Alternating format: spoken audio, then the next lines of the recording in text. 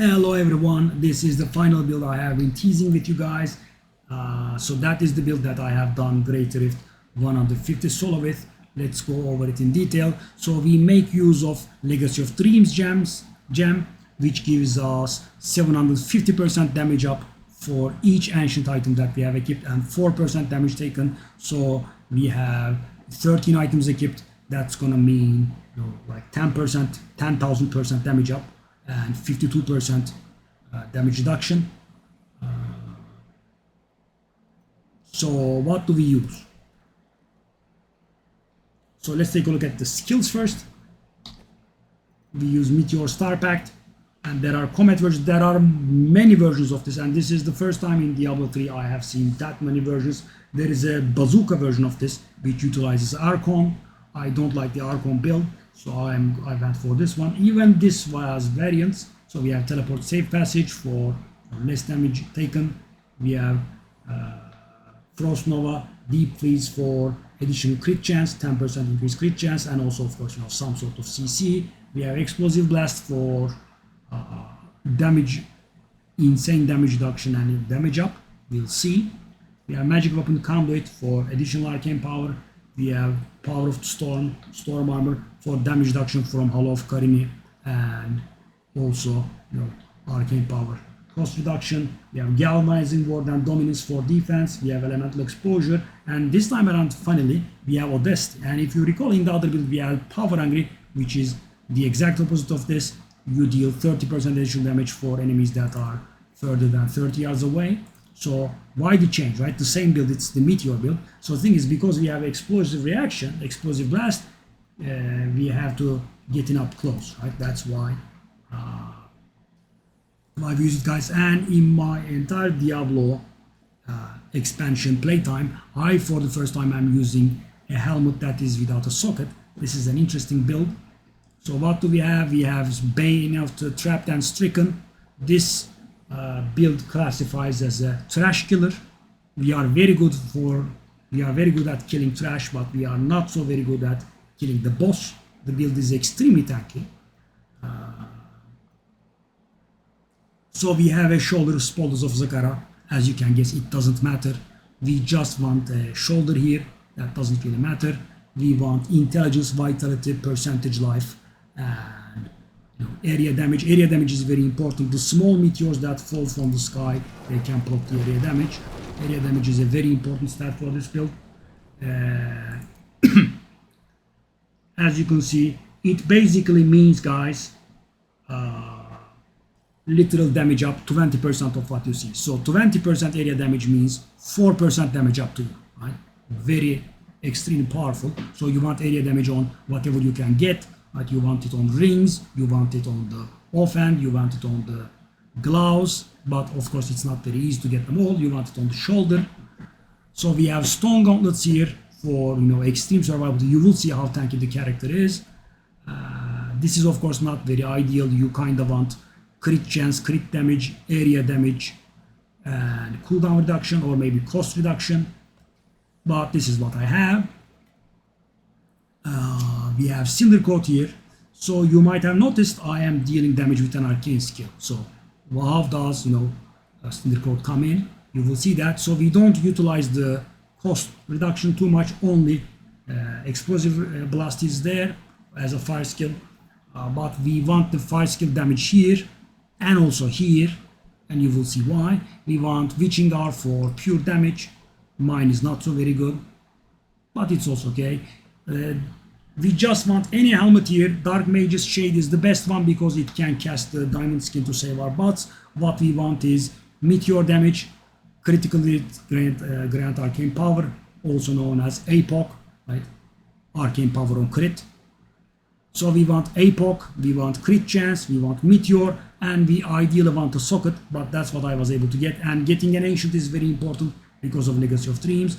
I have a primal one, not a very good one, because we normally wanted 20% fire damage here instead of the intelligence, but it is good enough. We have Ashnagar's Blood Bracer that gives us again extreme survivability. It increases the shield size by twofold. As you can see, my HP is 1 million and my shield is 1.2 million, and when dominance triggers, when we kill enemies, the shield will get bigger and bigger. So this character is extremely tanky.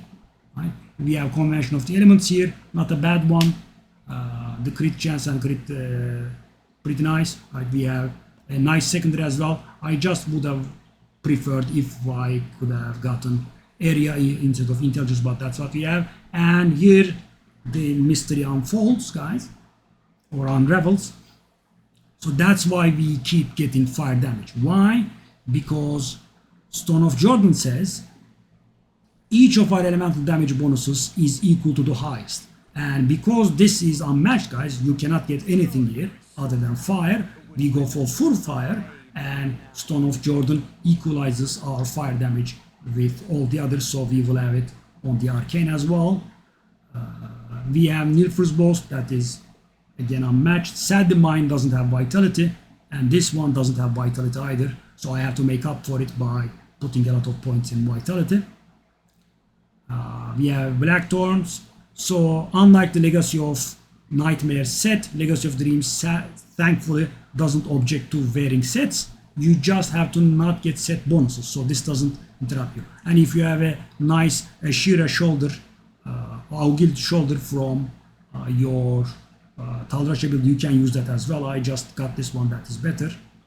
And Orb of Infinite Depth, we want crit, Apok, right? We want Meteor, and we want area again. I have intelligence. Sadly, the secondary is important. It can be up to, it varies between 8 to 10%, but because it stacks 4 times, it makes a difference, right? I used to use a 8% one. The maximum arcane power is also useful, right? Take a look at mine, guys. 160, that's pretty high, right? Because it drains all of it and increase damage. We want Wizard Spike as the weapon because consecutive increases our damage. I also thankfully have a useful passive here, Blur, 18% or 17% damage reduction. That's about it. The passives, these are I think fixed. I mean, there are variants here, but you know, it's an entirely different build. You know, they utilize Archon, they use, you know, Fazla's Improbable Chain and Swami, so they get the stacks, they increase damage, so the Meteor just kills everything. This just, you know, meteors over time. Yeah, do we, is there anything, so the Templar is built, if you recall, from the other video. I don't want to burden myself too much, but I also don't want to do something very low. Shall I try 145? And I don't want to do 150. So, and guys, keep in mind, this is very important, if this is going to be your first 150, you should be re-rolling rifts, right? So you go in, right, it looks garbage, you step out. So mine is 12 minutes, right? And 12 minutes is not a bad duration for stage 150. And I did fail like 3 times before, right? Imagine, guys, I do 12 minutes, and before that I couldn't do 15 minutes multiple times. Shall I do 145? This is going to be stressful for me, I'm sure. Shall I go just 140? Let me see. Let me show you how it's played. It's a little bit different. You try to keep the up. As you can see, the damage is very insane. And this is 140 by the way.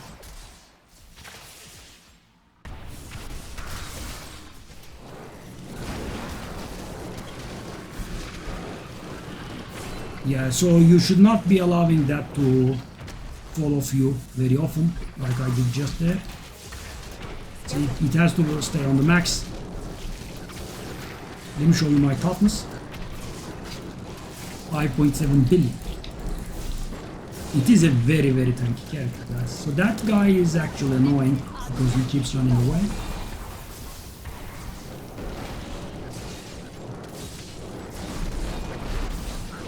And guys, because our explosive blast costs arcane power, it's a tad bit problematic there. What's going on?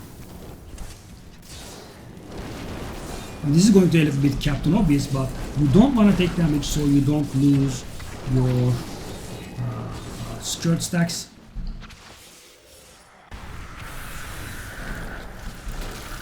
Okay. So the build functions perfectly when it's surrounded. I'll show you. So you have to spam the explosive blast, guys, because the meteor is taking all of your arcane power away. See that? I mean, that was pretty crowded. And the build handles it perfectly, okay. Quite crowded, eh? So guys, when it's crowded, the dominance triggers quite a bit, right?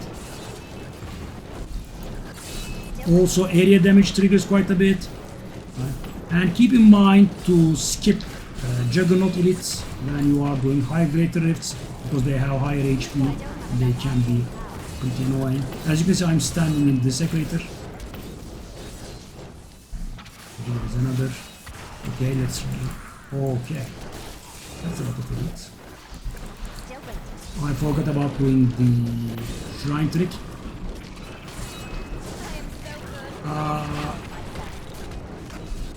The explosive blast bonus not falling off is very important there. And as you can see, guys, 140 is a breeze.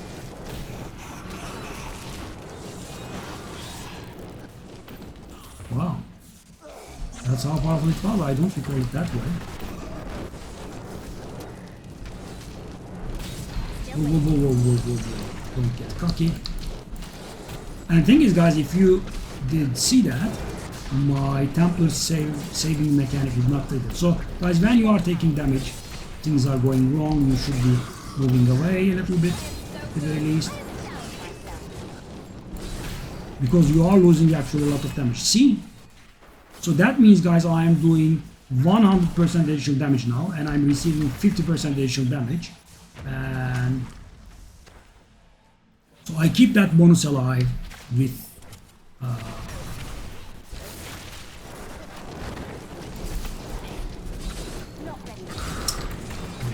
heal.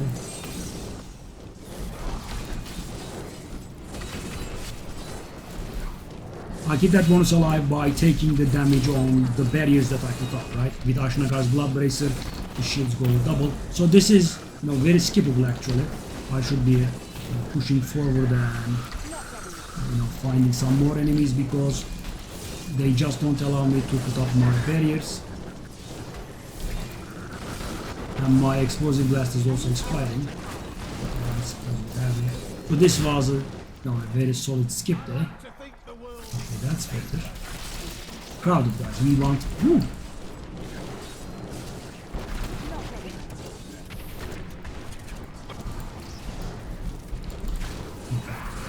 Now we got the crowd.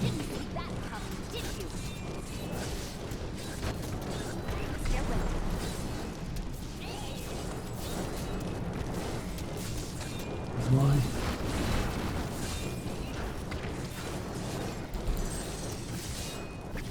So let me tell you guys, the explosive blast, when it's fully stacked, gives you 80% damage reduction.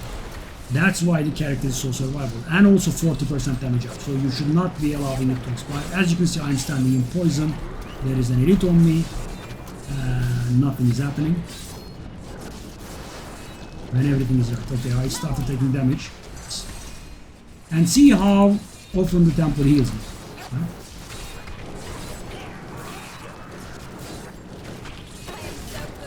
It is down. And guys, if the elite's last minion is about to die, it's a good idea to kill them because it drops additional progress orbs. There's also an idea. Okay.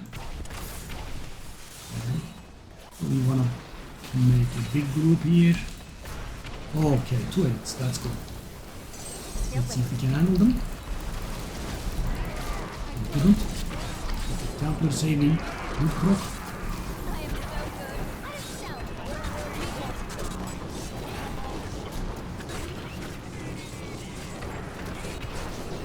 If you are seeing this, guys, I mean, lots of arcane orbs are revolving around it. But when I'm fully established, so to speak, it's just don't die anymore. Because, guys, you keep killing the small guys, the area helps us with the damage, and those keep giving me shields from dominance, and we establish a big shield, and then an Ashnaga's Bloodbracer doubles the size of those shields. Should die now. Okay. So the boss is painful. The boss is painful. So guys, the way that we kill the boss is, as you can see, 100.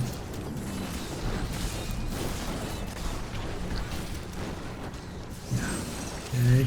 Those small ones are actually very good for me. No, small ones. Oh, whoa, whoa.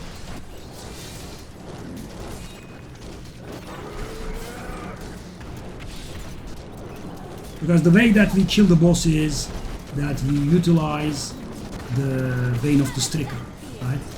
I keep doing 2.3% more for each attack, and eventually it allows me to do a lot of damage. So in the 150 run I managed to do, what I had is I had some nice pylons, and I killed the trash in maybe 9 minutes, right? I didn't have a pylon on the boss, but you know, I arrived at the boss with like 6 minutes left, right? And the boss I was facing, I think, was I am skilled at clarifying gems. the Skeleton King, sort of. No, the Skeletal Caster. No, that's the Skeleton King, right? Yeah. So he does teleport on you and deals a little bit damage. But he summons some ads, so he is a bit of a good natured. Some of them are pretty annoying. There is the Act 5 guy that jumps over and over, right? You can't do proper damage. So, but as you can see, this was pretty good. 7 minutes and 14 seconds for stage 140. And if I had, you know, more Paragon, it would have been a faster round. So this is the build, guys. So this build will, now I will guarantee you that it will clear 150, but I would suggest not trying it with lower than 2k Paragon. That's why I did showcase all that other stuff to you, right? You build your 0 Demon Hunter, right? The support Demon Hunter, you grind your Paragons, you keep looking for gear for this fella at the same time. So, and funny thing is, guys, my first primal is this, and as you can see, there's the intelligence reroll. That's because it dropped on the Demon Hunter, right? It dropped on the Demon Hunter with intelligence, vitality, fire, and sockets. I mean, dexterity, vitality, fire, and sockets. I just rerolled the dexterity and intelligence, and that's fine because there are only 4 rolls: vitality, intelligence, and fire. Skill increase damage is fixed. So that what I mean is, you can get some items on the Demon Hunter that are good for this. You know, the ideal Stone Gauntlets doesn't have intelligence on it. So you get your intelligence and vitality from Paragons and Caldezans. You don't want any, right? So this item in its ideal form would have no intelligence, but would have a socket, right? This item wouldn't have intelligence, this item wouldn't have intelligence, this item wouldn't have intelligence, right? You just don't want intelligence anywhere. This would have no intelligence, right? You just want the intelligence and vitality on chest, legs, boots, right? Belt, that sort of stuff. So guys, you should be investing points into your vitality until you have around 1 million HP, so the shields are, you know, good enough to hold you. As you can see, I'm missing missing vitality on 2 of my items here that normally should have had vitality, and I had to, you know, pay for it by doing additional investments in vitality. As you can see, I have 900 points in vitality, guys. So out of my 2,500 Paragon, 900 gets invested into here. You cannot get more than 25% movement speed from your Paragons and gear, so do not exceed 25%. So I have 0 movement speed from my gear, so I did invest 25%. But if you have, let's say, a movement speed on your near force, which is a waste, then you should adjust accordingly. And that is it for my huge series of Diablo 3, guys. That is how you get 150 done. And thanks to the altar, you get really powerful. And I would say all builds are capable of doing 150, even the weakest ones. But of course, they would ask for more and more Paragon and better gear. And as you can see, I have one random garbage primal here and one proper primal and one semi-ideal primal here. My Kaldezans, as you can see, are not bad. My intelligence is on 25,000 or thereabouts. My Stone of Jordan is pretty bad, right? So guys, I mean, if you analyze it, very few of my items are ideal, right? I would have wanted a socket here instead of the intelligence. Meteor damage is very low, not ideal. I would have wanted fire damage instead of intelligence here. This is ideal. I would have wanted area damage of attack instead of attack speed here, and probably resource cost reduction of intelligence. This is ideal, of course. There's nothing that can be done. This one is also ideal. I would have wanted vitality instead of armor here. I would have wanted vitality instead of armor here again. This is so wrong, I can't even begin to describe. I would have wanted crit chance or crit damage instead of that intelligence.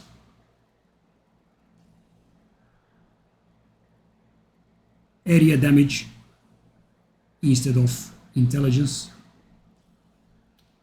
Area damage instead of intelligence again. Vitality instead of armor. As you can see, guys, my number of ideal items is like 3, and this upgrade, of course, this is also ideal.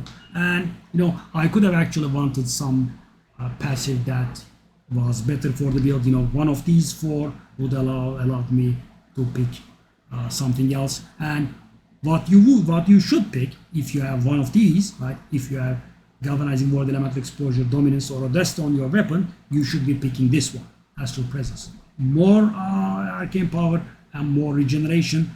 As you saw, the build is very good at getting the arcane power back, so you just want to spam full arcane power meteors. And so the reason that you see this slow recovery is because I'm not hitting enemies, right? If I go out and hit some enemies, then you'll see how quickly it recovers. Well, they just insta die. I just couldn't show you, and they have to be a little bit more solid. So because if they survive, they give you arcane power on criticals. But guys, there is no harm in getting more and more arcane power, because as I said, you would be using this. That's because of this, guys. If you take a look here, summons an immense meteor, blah blah, 740% damage, and each extra arcane power is 20% more damage, guys. So that means, you put 37 arcane power in here, the damage gets doubled, right? You put 74 arcane power in here extra, then the damage gets tripled, right? And more, right? So that's why we actually want a socket instead of the intelligence here, so we can put a topaz in there that reduces our cost by 12.5%, and that also reduces the cost of all arcane power. So the thing is, guys, 40 arcane power plus all remaining power, right? So that would mean 40 plus 120 for me, right? But with this in, it's gonna be 35 plus 120, that's also amplified by 12.5%, which means you get actually a lot of extra damage thanks to this topaz, right? I mean, you would get more than 10% damage up on your skill. And guys, this intelligence, while good, doesn't give me 10% damage up, right? That's very important. So as you can see, the build is very firm, very solid, right? And if you can create a big group like I did there, right? At one point, the HP just doesn't move, right? In 150, you are surrounded by mobs and nothing happens. You have to keep this one up though, right? 80% damage reduction, so your toughness goes up to, it's not gonna work now because it doesn't hit, but it goes up to like 6 billion or so, right? And when the shield full procs, it goes, beyond insane, right? Just nothing happens. So that is a good build to get the 150 down, and that is about it. And I will see you on the stream. Bye bye.